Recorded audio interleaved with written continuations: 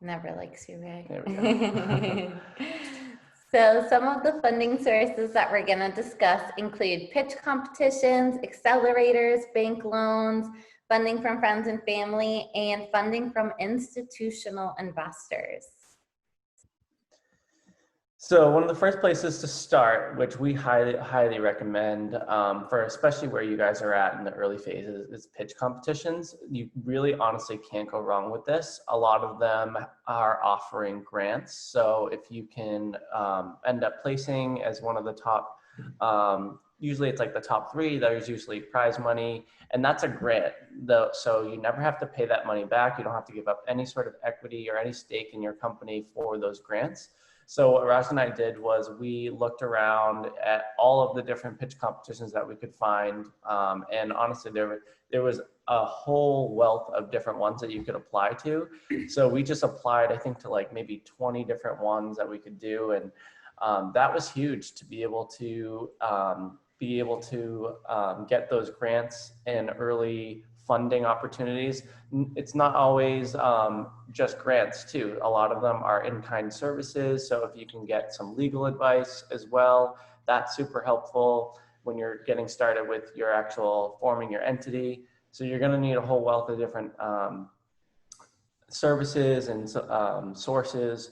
Another thing too is like if you have anything that is intellectual property, you can also get legal services. So talk to a lawyer. A lot of people, they're not really sure where to start with that.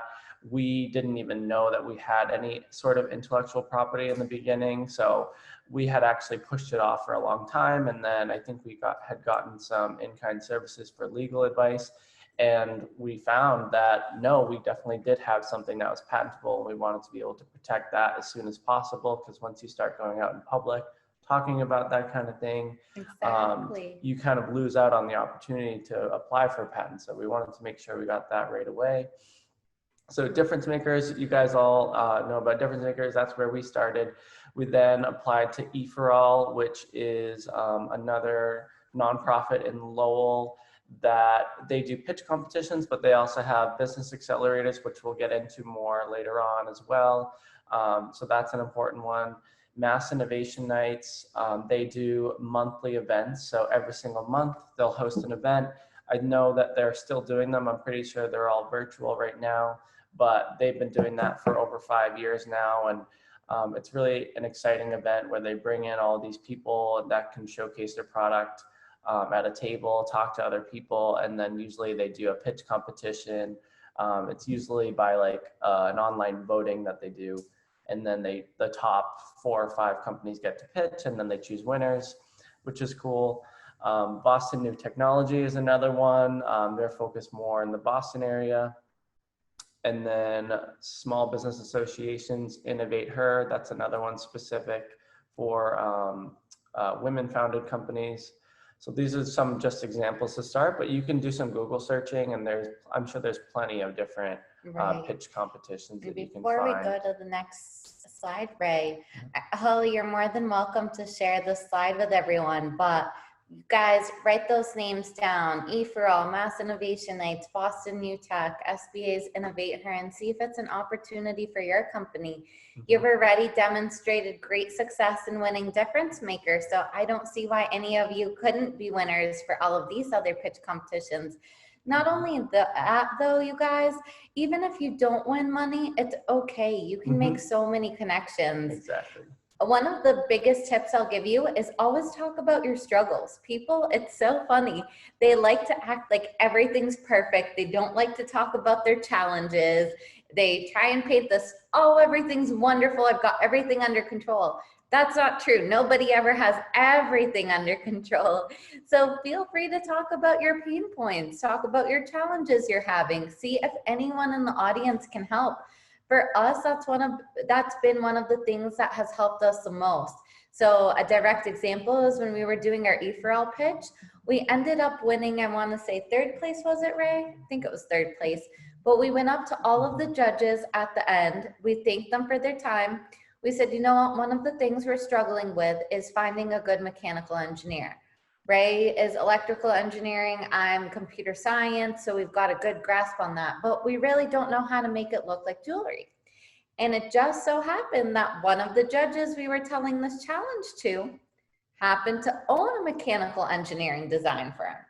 So people say, oh, you got so lucky. No, it's not. It's not luck.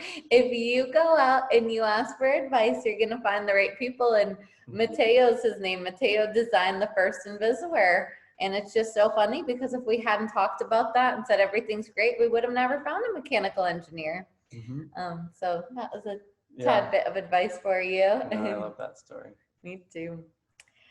And then we also, after you do some pitch competitions or while you're doing some pitch competitions, we highly recommend getting involved with some accelerators.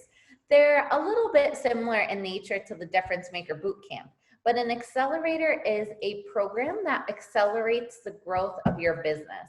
I like to joke and say it's like a little MBA in 12 weeks. So Ray and I participated in E4All. It was a 12-week accelerator in Lowell. We actually met one of our lead investors when we were raising money through E4All. We had a wonderful mentor team. It's funny because Ray and I originally were scared that, oh, we already did the Difference Maker program. Why are we going to do something similar? And oh my goodness, E4All changed our life. I honestly don't know if we would have had a company if it wasn't for E4All, because that's how many connections we made. We met our investors. We learned how to raise money. It was just so amazing. When we had found out about E4All and we were learning what it was, and it's a 12-week accelerator. You go in twice a week and do like a 2-hour session, learn about different opportunities they have, and then you have to meet with mentors once a week. And Raj and I were really concerned because we were at the point where we really wanted to take this business to the next level and actually get moving with all of the product development and getting to the market. And we thought this sounded like a big distraction for us. We thought it was going to set us back. And I remember we got a little bit of nudge from DifferenceMakers. They said, no, just apply. You never know, you could get in. And we got in, and 2 weeks into the program, I think we had gotten so much done. We were just completely blown away by all of the different resources that we had gotten from the program alone already. And I remember saying, I can't believe we ever considered not doing this. And within those 12 weeks, I think we had grown we have never grown so much within such a short period of time within those 12 weeks versus the entire 4 years of our entire company, I think. Wish we could do E4All again. I know, yeah. So highly recommend E4All. They're in Lowell and Lawrence. I know they're doing their program right now virtually as well. So highly recommend them. There's a pitch competition as well at the end of the 12 weeks where you get the opportunity to pitch for thousands of dollars. So each year they split it up. We actually won $5,000 at the end of that program. So exciting. And then we won another like $2,000 a few months later through them as well.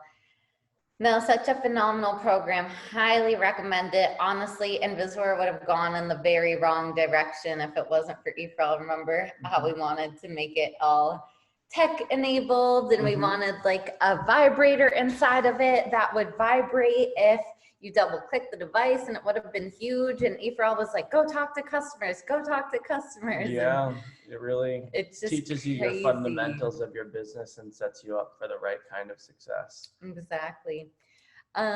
We also participated in another accelerator in the Boston area. It's actually one of the top accelerators in the country. It's called Mass Challenge. That one we recommend doing after E4All. It's very difficult to get into. You have to have demonstrated a lot of traction. They say it's more difficult to get into Mass Challenge than it is to get into Harvard. So Ray and I kept telling everyone all summer long that we got into Harvard. But there's all different types of accelerators. So it's also important to find the right one that fits specifically for your business. So Mass Challenge, they focus specifically on businesses that have a high impact potential. So companies that can grow to be multi-million dollars and have all these different types of customers and all these different types of industries. So it's not always right for every single type of business. So don't get discouraged for anything like that. There's plenty of different types of accelerators that focus specifically for your needs. A couple other ones to name a few. So Techstars, they have a location in Boston as well. They're pretty well known. Y Combinator, I think, is the most well One of the known out most of all known. of them. They're located in San Francisco. They have a whole network of investors out in the Silicon Valley area. If that's the type of institutional venture capital type of investors, that's what you're looking for. And there's a bunch of other smaller ones in the Boston area that you can find as well. Exactly, very nice. Another way to get funding is through bank loans. Traditionally, you can't usually get a bank loan unless you've got sales and revenue, or you've got collateral like a car or a house that you're willing to put on the line. When Ray and I were originally starting invisaWear, we didn't really have a car or a house. We were fresh out of college. We both had leases or cars that weren't worth much value. Our business wasn't off the ground, so we didn't have much sales and revenue. So bank loans were very tricky. A typical company at our stage wouldn't have been able to qualify for a bank loan. Usually it's like a bakery who 2 years down the line is making some money would be a good fit for a bank loan. But we actually found a program called the Lowell Development Financial Corporation, which we highly recommend as well. You write that down. They were giving loans up to $100,000. It was a consortium of banks, 10 banks that worked together. They each put in $10,000 of a loan, and they wanted to invest in the economic development of Lowell. So if you were willing to promise that your company would reside in Lowell for the duration of the loan, which I think it was 30 years, was it 30 or 10 years? It was a 3-year term, I think. No, how long do you have to stay in Lowell? For the period of the loan. So it could be only 3 years. You can amortize it up to 10 years, whichever you'd like. Got it. But like Raja was saying, that alone, so them being a consortium of banks allows them to take these high risk loans, whereas a traditional bank typically won't give you a loan if you're not operating for more than 2 years already and have 2 years worth of revenue and financials to show that you have a track record. But for them, they are able to take this risk and invest in companies that are more high risk, but have the potential to increase the value of the economic development within Lowell alone. So highly recommend checking them out. They have special programs through E4All. They also have special programs through UMass Lowell's and DifferenceMakers, the Innovation Hub. So we were able to take advantage of that. Super low interest rates on the loans as well. And then I think we had worked in collaboration with UMass Lowell to get a letter of recommendation. So having gone through DifferenceMakers, we got paired up with mentors. We moved on to E4All, got paired up through mentors through that program as well. We had taken all of these steps and measures to show that we were making progress. So having UMass Lowell to say, yes, we believe in this business and we believe it's a good opportunity for you, it took a lot of risk off of the loan for them because they rely on those letters of recommendation. So highly great, very, very grateful for that. So grateful. So definitely for take that. advantage of that if you can. And one of the things that sometimes LDFC and bank loans ask are for a personal guarantee. So one of our first loans was for $100,000 and they asked Ray and I to personally guarantee it. Both of us were terrified. That's $50,000 that we would be liable for if something were to happen to the company. But you know what? If you're willing to personally guarantee a loan, it shows even more that there isn't as much risk because it shows how confident you are in your business and it shows that you're willing to put skin in the game. So that was something Ray and I were willing to do. It was also really nice because it helped us down the line with investors. So investors usually like to see that you're putting in your own money. But Ray and I, being 22 years old, didn't have $50,000 lying in the bank that we could just say, hey, we're risking all of our money. So that built a lot of credibility with some of the institutional investors, which we'll talk to you about momentarily. So another one that is pretty traditional is the friends and family round. So before you go out to those institutional investors that you've never met before, sometimes they usually like to see that you have friends and family, or even like Raja said yourself, that you are willing to personally back this business for, to show that there's other people around you that not only believe in your business, but they also believe in you, and they think that you're the right person for the job to be doing this, and they have trust in you. So this is another opportunity. Raj and I don't come from wealthy families, so we were kind of confused about this. It's not like we have super wealthy relatives that we could go to and say, hey, we need all of this money. We need to raise a couple $100,000.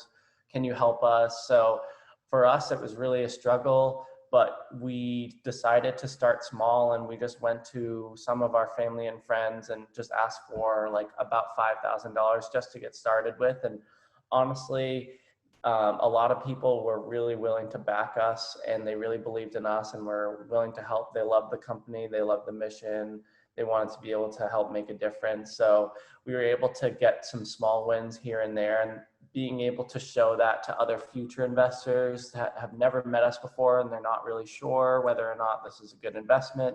If you're able to show that, no, we've got a whole community behind us as well that have known us our whole lives and they're willing to invest in this as well, that can show a lot of, that can demonstrate a lot to those future investors. So it's a good starting point if you can.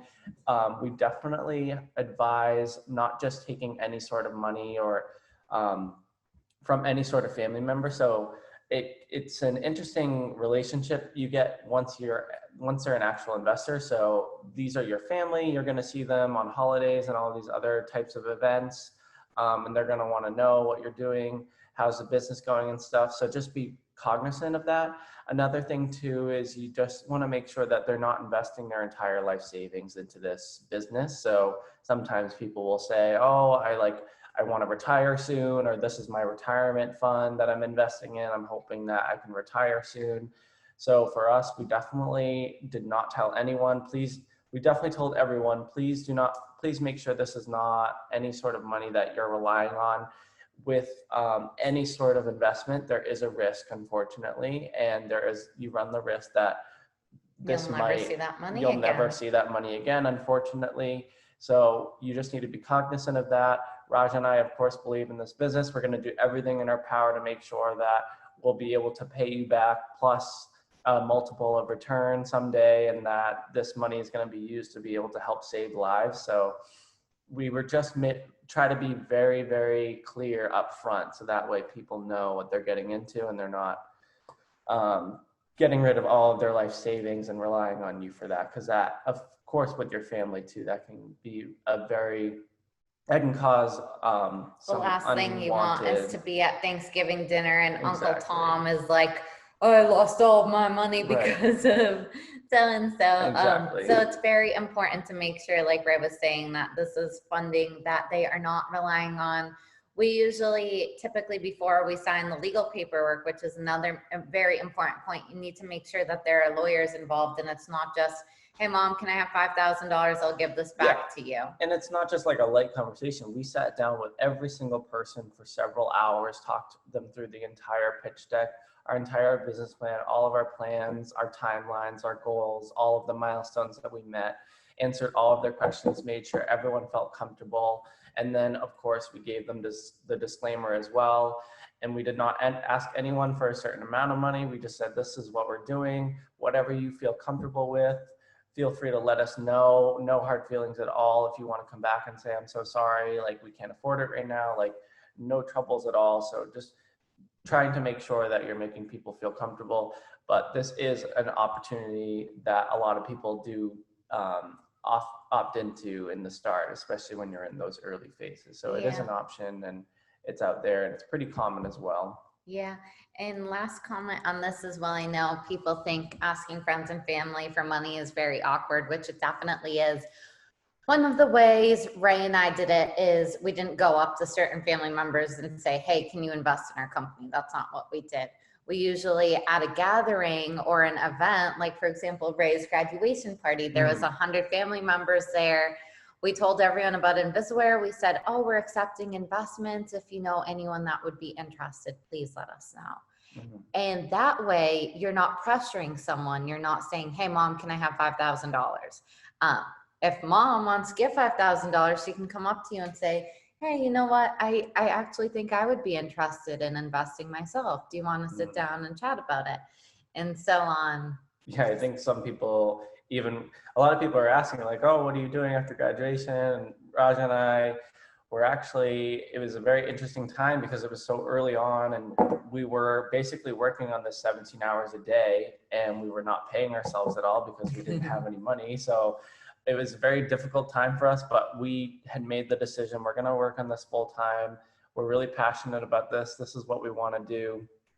So yeah, at my graduation party, a bunch of people were asking and they were like, where could we invest? And so that's where we first had that sort of discussion. And then we sat down with each person individually and had that private conversation. Ray's mom's so sweet. She was like, we need you guys to do a pitch competition at the graduation. And Ray and I got up and pitched to them in invisaWear, and it was so nice to see funny. Everyone's reaction. But it was so funny because a lot of people right after that came up to us and were like, yep. We want to invest. Yep.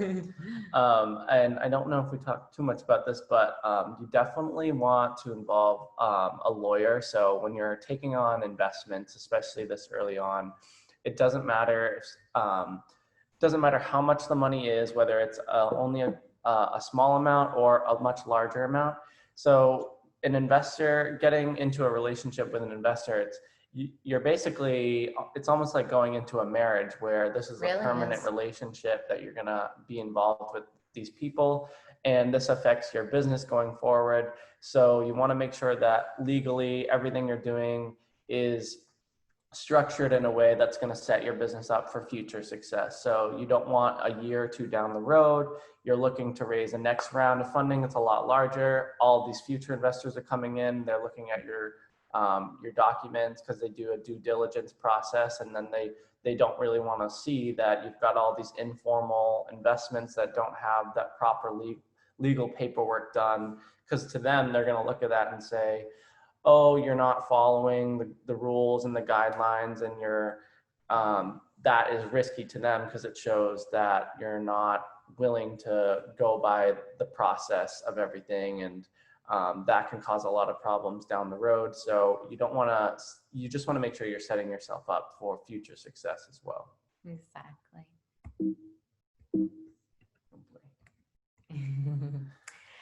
And besides friends and family investors, when you do that, you are now ready to have institutional investors. There are two types of institutional investors. There are angel investors and there are venture capitalists. Angel investors typically invest between $300,000 to $1 million, and venture capitalists typically invest $1 million or higher. Angel investors are usually investing their own money. So it's entrepreneurs who've gone on, been super successful, really high C-level execs in companies. They tend to be angels. They typically invest in groups or on their own. So we have a bunch of angel investors. Some of them actually have buildings named after them at UMass Lowell. It's really incredible. But they're all successful individuals. They're called angels for a reason. They're usually friendly investors. They want to invest in mission-backed companies. They want to see a multiple return on their investment. Then there's venture capitalists. They're looking for huge returns. They want a 10x return on investment, or they're looking for you to do an IPO. They usually have a set time frame. They want their money back within 5 to 7 years. These are not people investing their own money. These are usually investing what's called a portfolio's money. So a lot of high net worth individuals come together, pool their money, and then they hire an expert who basically says, I'm going to vet companies.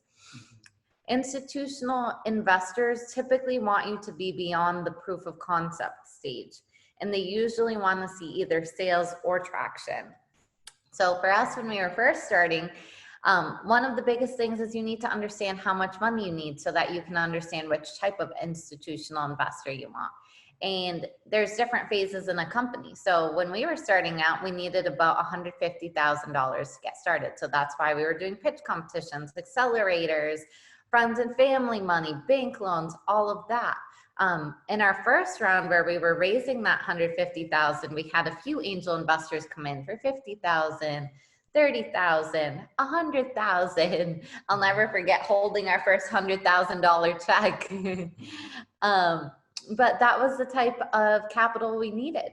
Now, where we're a lot larger and we've got a sustainable income and there's a huge potential for our company, a type of investor that's more suitable for us is venture capital. So they're typically investing $1 million plus. They're looking for significant traction. So in the last year, we've been featured on Good Morning America, ABC News, CBS, WBZ. We've won innovation awards. We've done so much. Now we're a better fit for VC or something else called private equity, which is similar to venture capital, but they are high net worth individuals managing their own money essentially. So. And then you might be asking yourselves right now, so where do you find these angel investors and their venture capitalists? So one really great resource that we took advantage of, we highly recommend you guys probably write this down. There's an organization called the Capital Network. They're based out of Boston. It's a nonprofit. They basically try to host events all the time that help connect entrepreneurs in the Boston area with investors that are also located in the Boston area or could be potentially somewhere else.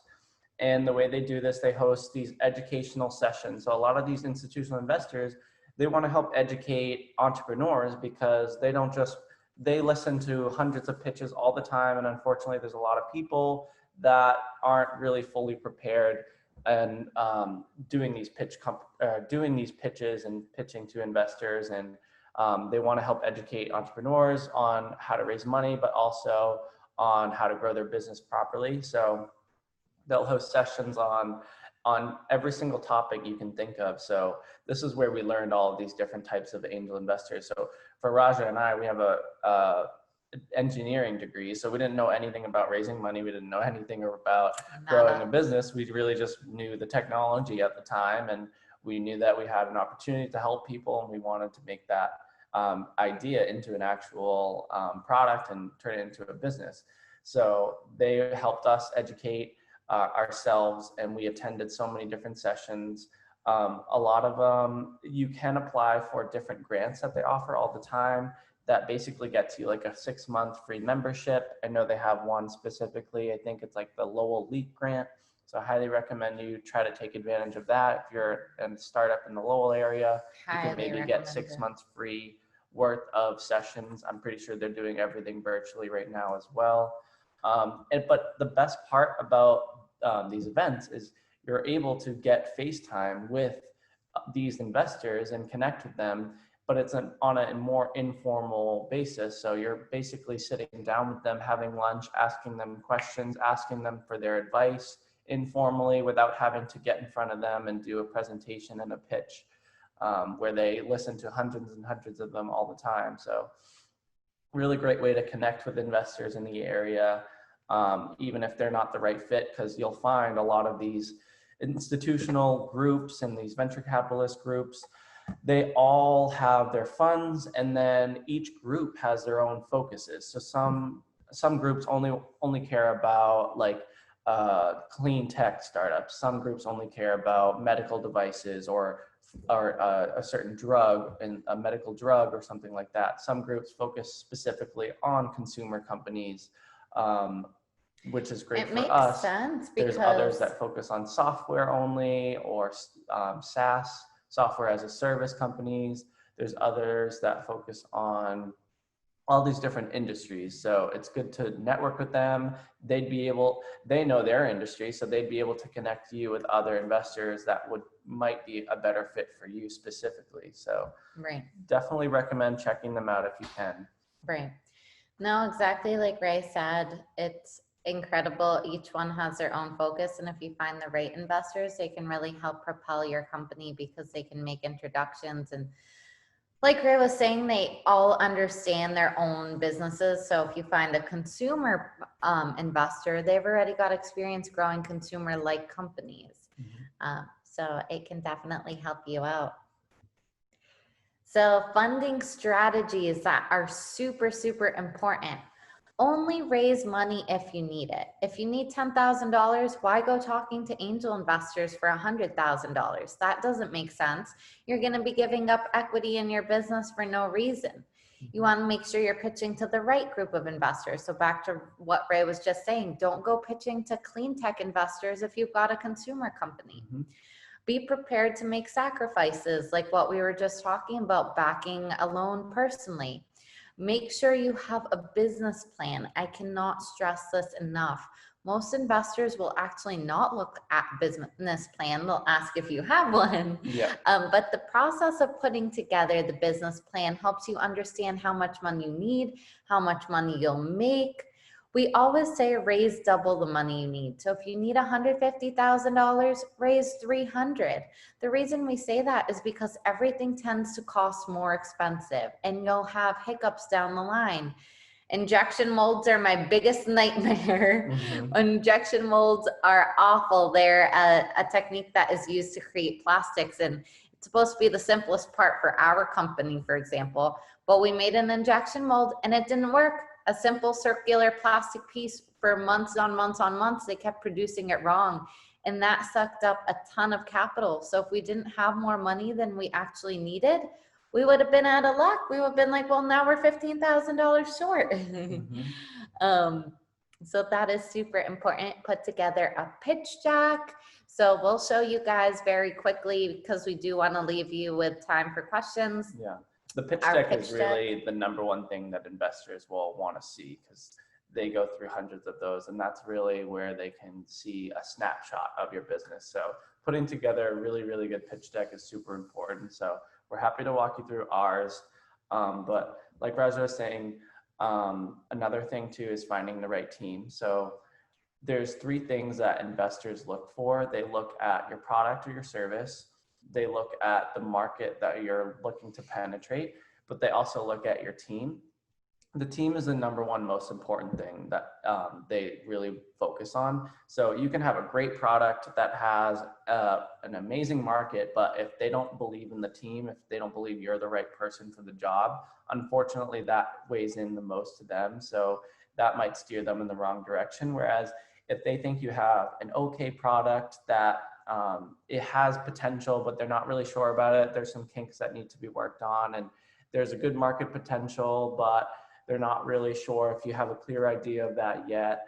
But if they think you have a fantastic team and they really believe in you, there's the potential that they're going to believe that you are going to be able to work through that and be able to turn an okay product into an amazing product, and be able to figure out which market is the best market potential for this product to find that product market fit, and then turn it into a very successful business. So team is super important if you can put together a really great team. Right. And two more comments on the team. So you want to understand your weaknesses as well. So many entrepreneurs, again, back to the thinking you're perfect. You're not perfect. You're not amazing and strong at every single avenue, marketing, sales, finance, all of that stuff.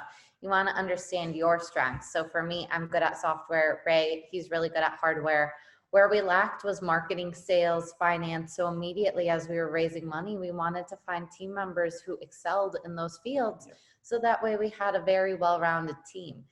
My second comment, which if you take nothing else from this PowerPoint, I hope you take this one very important thing away, is you need to make sure to find the right people you work with. Don't just work with someone because they're your friend. We actually, Ray and I, it's really funny. We always tell people never start a company with someone that you're friends with. I cannot stress this enough. It's a little hypocritical because Ray and I were best friends in college. That's why we started the company. But we've seen so many other businesses where people start a company with their friend and the friendship ends up getting torn because both people are very different and they can't work together, or they don't have the same work ethic. The reason Ray and I have been so successful as business partners, and the reason we still have a really great relationship, comes down to us having the same work ethic. So I know that if I need something done today, that Ray's going to be up till 4 a.m., 5 a.m. if need be to finish it. And we worked together on class projects before, and that trust has always been there. If you can't find somebody that's going to pull their weight, then do not start a business with them. Also, when you do start a business with a team, you need to make sure to put together a legal agreement. What happens if someone decides to leave the company? What happens if you guys aren't getting along? So you'll need like an operating agreement or something. And don't just use a free one online. So go to Holly, go to DifferenceMaker, say I need some help creating an entity and I want to make sure I talk to a lawyer, maybe get some advice, and definitely use a lawyer in creating your operating agreement and forming your business. Definitely don't do any sort of free online agreements. We've seen horror stories in previous accelerators where two people start a company. One of them decides to leave a few months later and doesn't want to work on it anymore. And because they didn't put together a legal agreement, that person now wants 50% of the company, which is not fair for the rest of the team who's been working so hard. So in a legal agreement, you need to make sure there's something called a vesting clause, which means that if somebody leaves before a year, they walk away with nothing, because there really is, in the first year of the company or business, there isn't really much. And if that person isn't willing to put in the time or effort, then they don't deserve any of the credit. So make sure to do that. I know a lot of your teams are 2 people or more. If you're only 1 person, go find the right person as well. I honestly would have never been able to do invisaWear if I didn't have Ray. There's so many ups and downs, and it's really nice to have somebody during those down periods. And it's even nicer to have somebody during the up periods. Yeah. And while we're on the topic of using lawyers, so you'll definitely want to use a lawyer for your structuring your investments that you're doing. So one tip for when you're raising this early on, a common tool that entrepreneurs like to use is something called a convertible note. So instead of setting a value on how valuable your company is, so a valuation, you don't really know that when you're this early on. So you might be saying, well, we're worth $1 million. Someone might be saying, no, you're only worth $10,000. You don't have anything just yet, but you have a multi-million-dollar idea. So rather than kind of going through that process, convertible note allows you to delay the process of setting a valuation. So it acts as a loan for a temporary period of time. So someone will invest a certain amount.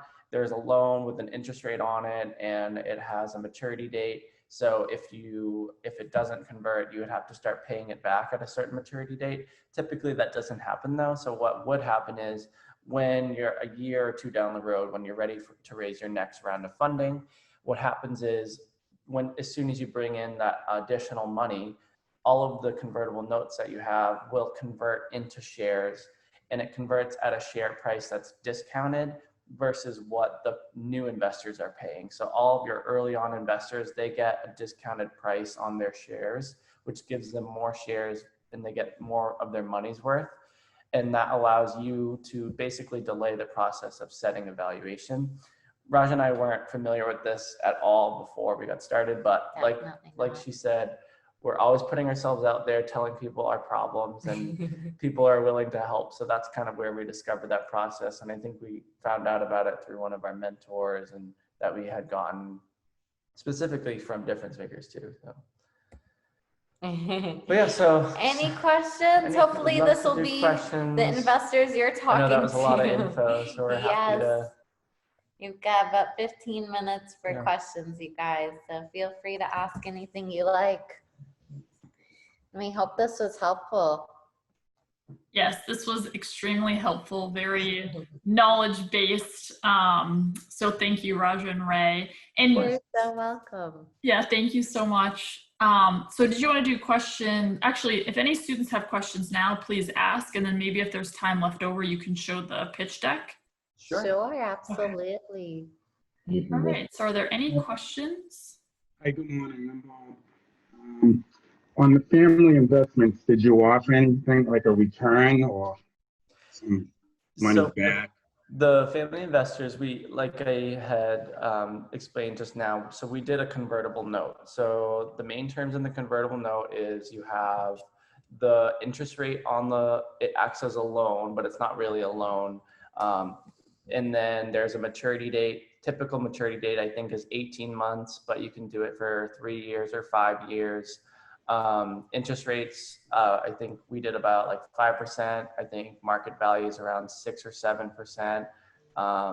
But these are your family members, so they're not really going to fight you on those terms. They're really just believing in the product. And then I think you can also do a valuation cap.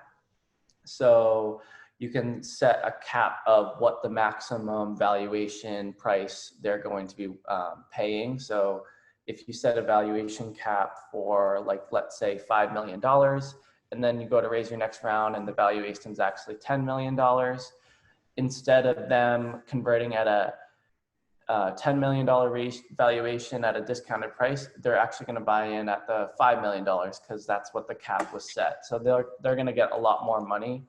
They're going to get a lot more shares, which is actually good for them because it shows that your company's worth double what you guys thought it was going to be. So they're getting a good deal if that happens. And then there's the discount price. So typically discount price, I think, is 20%. So let's say your future share price is $1 per share. They're actually going to get it on 80 cents on the dollar if it's 20% discounted. So they're going to get basically like 20% more shares out of their investment for whatever dollar amount that comes out to be. So basically it allows you to delay the process of setting the valuation early on. That's the main purpose. This is a very common tool that institutional investors are familiar with. So if you go to raise your next round of funding, they're very familiar with convertible notes, and it's not going to scare anyone off, essentially. And don't be scared of like the loan portion that you have to pay it back. The maturity date typically doesn't happen where you have to start paying it back. That maturity date goes away as soon as all of the shares convert. Okay. As far as the angel investors, of course, they invest a lot more money. What's the percentage? I think it's like 5 to 20. Do you offer a percentage like within 3 years they'll pay them back? Sorry, could you say that again? We couldn't hear. On the angel investors, they're going to be investing in a lot more money than a family member. Do you offer a return with them? I mean, 5%, 10%, with 2 So years, when you go 3 to years? the angel investor, it depends if you're looking at the current round where it's convertible note, or if you're looking at a future round, which is typically an equity raise where you have a set valuation and the share price is set at that time. Are you talking about more early on? Early on, 3 years, that's it, first 3 years. So the way angel investors typically operate is either at a very early stage if you're doing a pre-seed or what's called a seed round. Some of them are open to doing convertible notes, which I was just explaining. But traditional angel investors come in a little bit later where there is a valuation set on the company. So for us, for example, we had a third-party company come in and put a value on invisaWear. Okay. And then in exchange for their money, they're getting a percentage of what the value is. So Okay. let's say if a company's valuation is $1 million and somebody's investing $500,000, then they'd be getting 50% equity. Does that make sense? Yes. Now, what about if somebody wants to invest in the business, they want a piece of it? Have you offered anybody that, investors? I'm going to give you $1 million. I want 30% of the business. Has anyone approached you? We do have lots of investors actually who own equity in the company, so yes. But that's actually very typical for angel investors or venture capitalists. So when you have institutional investors, that's usually how they do it. They don't do it on a convertible note, excuse me. It depends on your business and it depends on where you're at. I think And how for much money us, you need. it made the most sense to not do the equity round this early on. For us, we really wanted to delay that process of setting the valuation because you really don't know what it's worth at that point. It could be worth $1 million, it could be worth 5 million.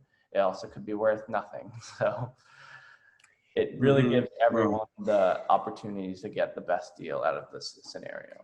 It's so funny too, because when you're very early on, it's almost like you don't realize the potential of success that your company can have. So for our convertible note, I remember one of the angel investors coming in said, oh, I want to put a cap at X dollar amount. And Ray and I were like, oh my gosh, that's a huge dollar amount. If our company was ever valued at that, it would be a huge win. Of course, we'll put the cap on. And then 3 years later, when our notes converted into equity, the actual company valuation was higher than the cap. And it was so funny to look back and be like, wow, we would have never imagined. Yeah. And so funny. Another thing too that helps with the convertible notes is, so let's say right now you have this investor and they want a certain stake in the company. So you do go through the process setting the valuation.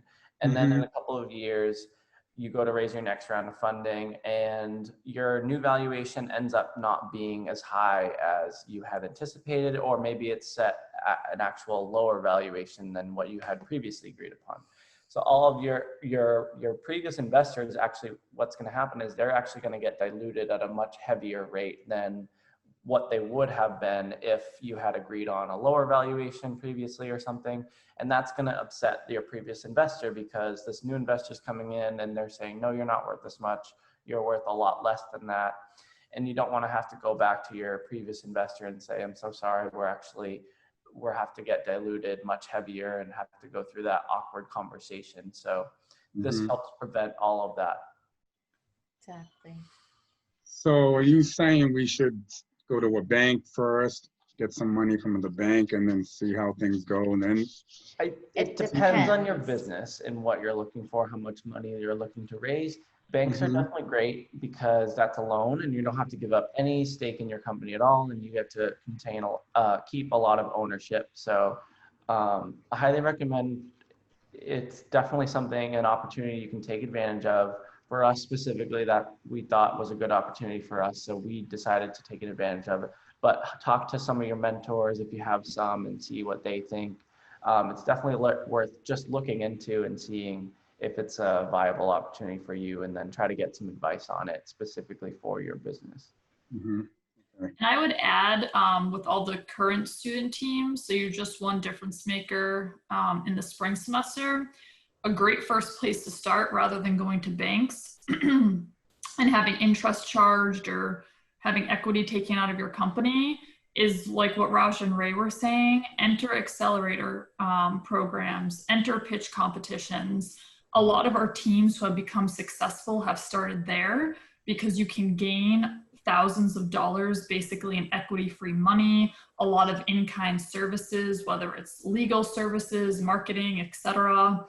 Additionally, you can gain great networks and meet a lot of awesome people like Raj and Ray have. So I would say try to get involved in accelerators and pitch competitions first, and then see how much money you can get that way, see the feedback that you get, really help develop a solid idea. Just like the boot camp, really understand who your customers are, really understand who your competitors are, how are you different, what's your value. And then when you have all that set, then I think the next step would be friends and family, bank loans, etc. Yep. Exactly. All right, other questions? I just had one question, and we had talked about this too a bit during our DifferenceMaker meetings with Holly and Ha.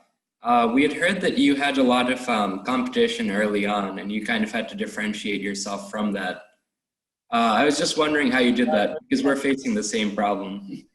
I love this question. So I have a funny story.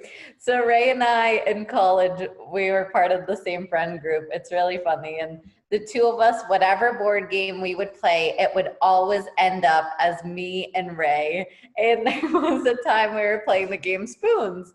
So if you're not familiar with the game, it's almost like the chairs game where there's, let's say 5 people are playing, there's 4 spoons, you need to grab a spoon. So it would always end up to me and Ray, and we would grab the last spoon, and it would be a fight to the death. And one of our friends later on in life, after we started invisaWear, made a comment, said, "You two are the most competitive people I have ever met." I cannot imagine what it must be like. The two of you are on the same team, and invisaWear's poor competition. And he laughed.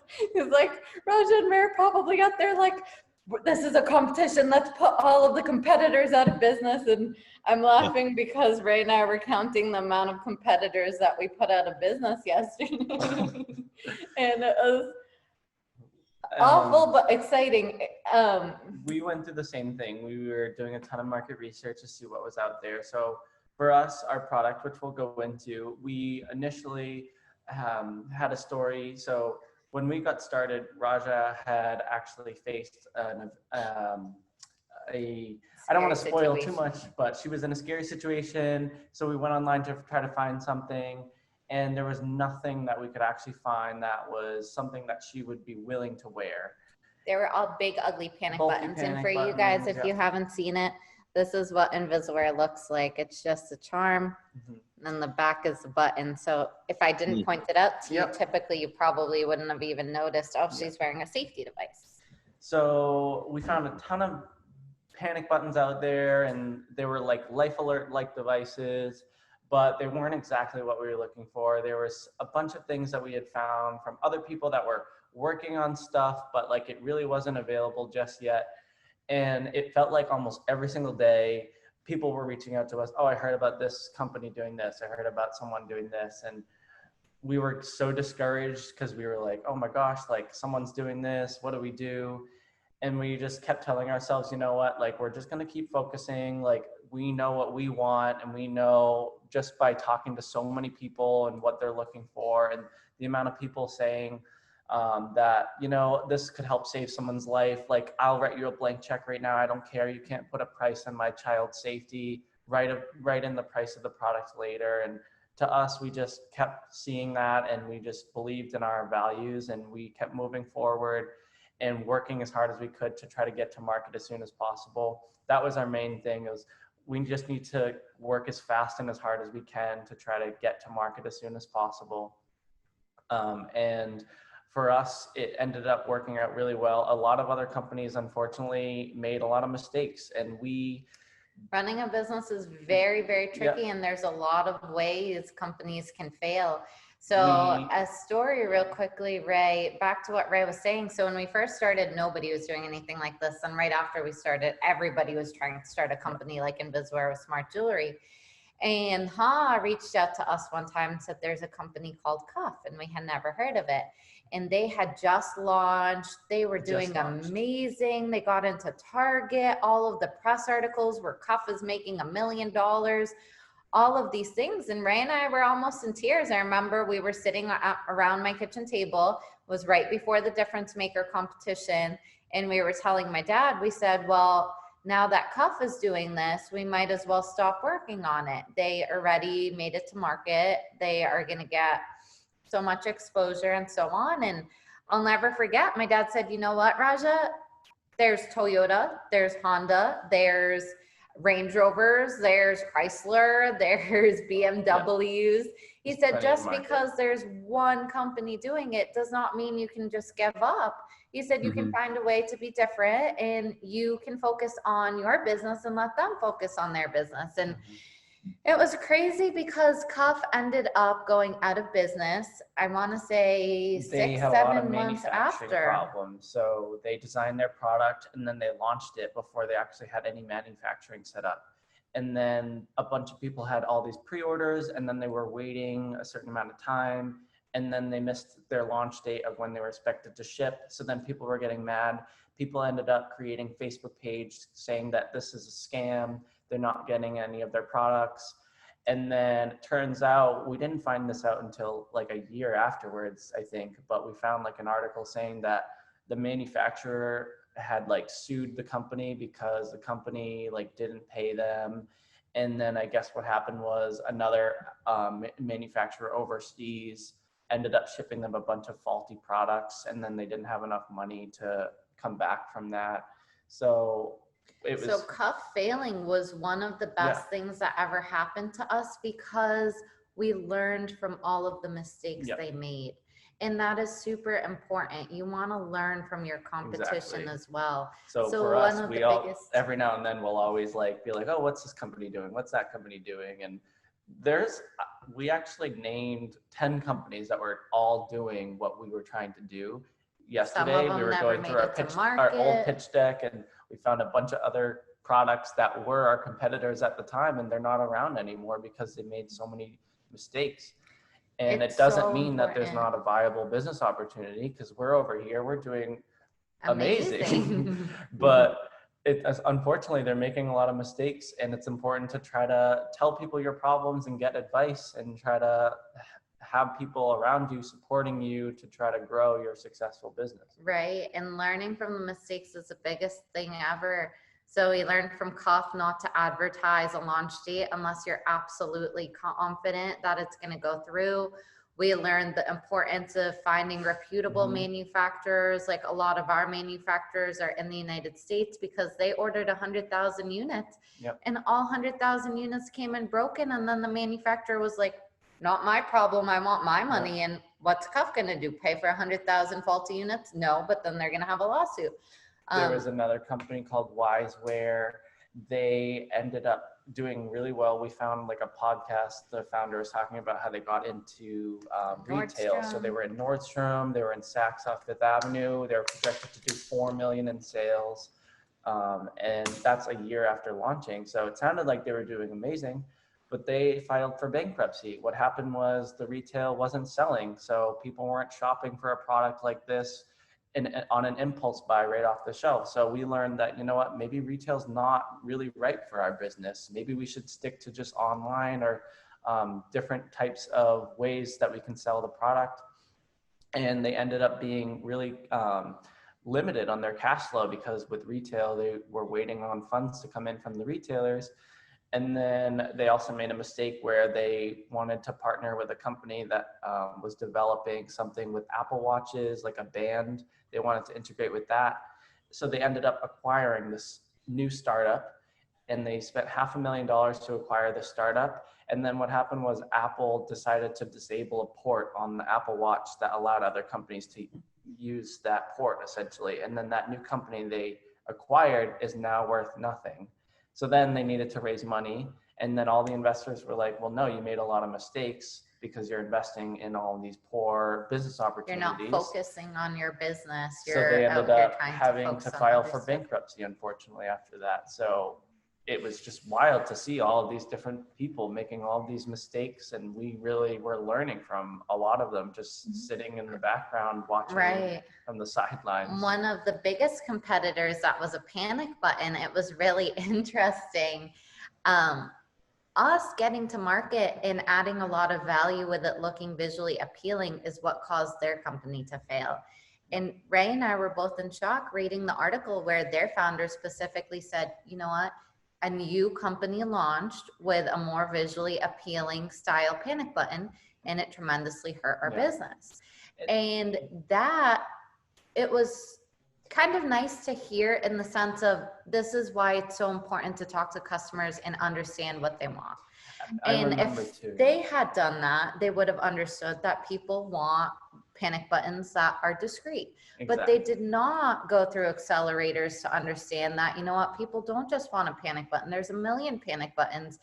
So one of the biggest things that we do is we're always asking customers for feedback. So many people get offended when they get constructive feedback. No, that's awful. You need to get constructive feedback. You need to know what people don't like about your product. And you need to always be innovating. So Ray and I already have a roadmap for the next 3 to 5 years of the next products we want to launch and all of the pain points that customers don't like. And that's totally fine. You're never going to be able to please everyone.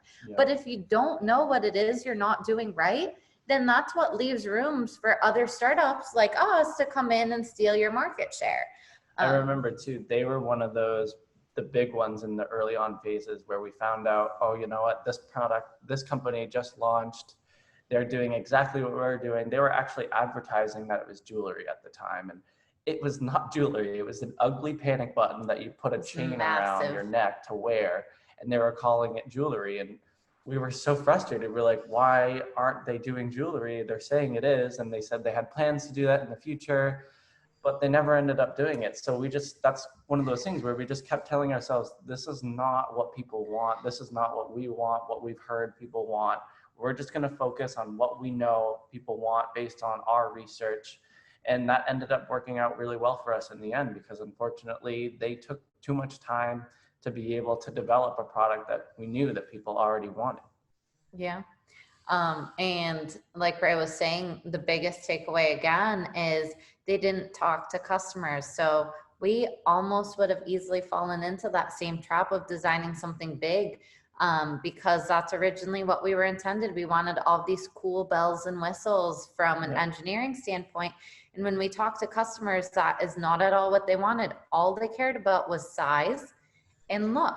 And those are still the two main things till this day that people care about, size and look. Yeah, those are the fundamentals that we actually were forced to actually learn when we went through E4All. So E4All made us go through a customer discovery process where we go out and talk to people, take surveys, we send it out online, we talk to people in person.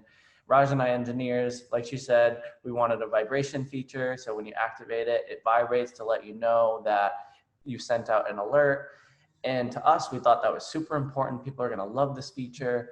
And the response was unanimous. Everyone said, you know what, if I'm panicking, I'm probably not going to feel it vibrate. And I'm more concerned about whether or not it's small enough, because if it's not, then I probably won't even wear it in the first place. And that's something that we never would have learned had we not gone out there and actually talked to people about like what we were trying to make in our design decisions. Yeah. And props to Raj and Ray too, because something I particularly remember when you were first starting invisaWear was anytime me, any faculty members, any mentors ever said anything about a competitor company, you knew that competitor like the back of your hand. And you said, here are their features and here's how we're different. And it was very clear. You knew who everyone was. And I think at one point, maybe towards the end of the boot camp, or demo day or something like that, you actually had a chart with like the top 5 or 10 competitors, who they were, their features, how you were different. And that's just going through that chart yesterday. It was so funny. Oh, were you? Yeah, because it's in our presentation and we were like, oh, they're not around anymore. They're not around anymore. That's so funny. Yeah. So that's something that we've been telling the current student teams to do, and how important that is to know who your competitors are. So if anyone ever mentions them, you can clearly differentiate your value and how you're different from them. Right. So with that, it's 11:07. We ran a little bit over. So just to be respectful of everyone's time, we can probably end the session now. So first, I want to thank Raj and Ray for their time, and just all of the knowledge that they shared today, and also to congratulate them on working hard and now having a great business that's saving people's lives, and just really making a difference in the world. So thank you, Raj and Ray. Thank you. you. Good job. This is our office, you guys. It's beautiful. What's the name of your website? It's What's that? The website's invisaWear.com. Yeharn actually shared it in the chat. Okay. And then for all the DifferenceMaker students, I recorded the session, so I will send this video out to you all. I'll share the invisaWear PowerPoint today, so you can also see their pitch deck at the end. And if you have other questions, you can always reach out to me. And if you have questions for Raj and Ray, I'm sure they'd be happy to answer those too. Yeah, absolutely. Yeah, so thank you so much, Raj and Ray, again. Awesome to see you both. It's been a while. You're so welcome. Always great to see you, Holly. Thank you for all of your support. Thank you everyone for your time. Sorry we didn't get a chance to go through the pitch deck, but we love chatting with everyone and answering your questions. Actually, before you go, I kind of have a pitch deck slideshow type thing. Do you mind if I could like email it to you and kind of Absolutely. get an idea of what it is? It's a bunch of stuff. So on a PDF. Absolutely. Feel free to get our contact info from Holly. Okay. All right. Sounds good. Thank you. And congrats on the business. It's amazing. Thank you so Congrats much. all of you. All right, take care, everybody. Bye, Holly. Bye. Have a good one. All right. Bye, everyone. Thanks again.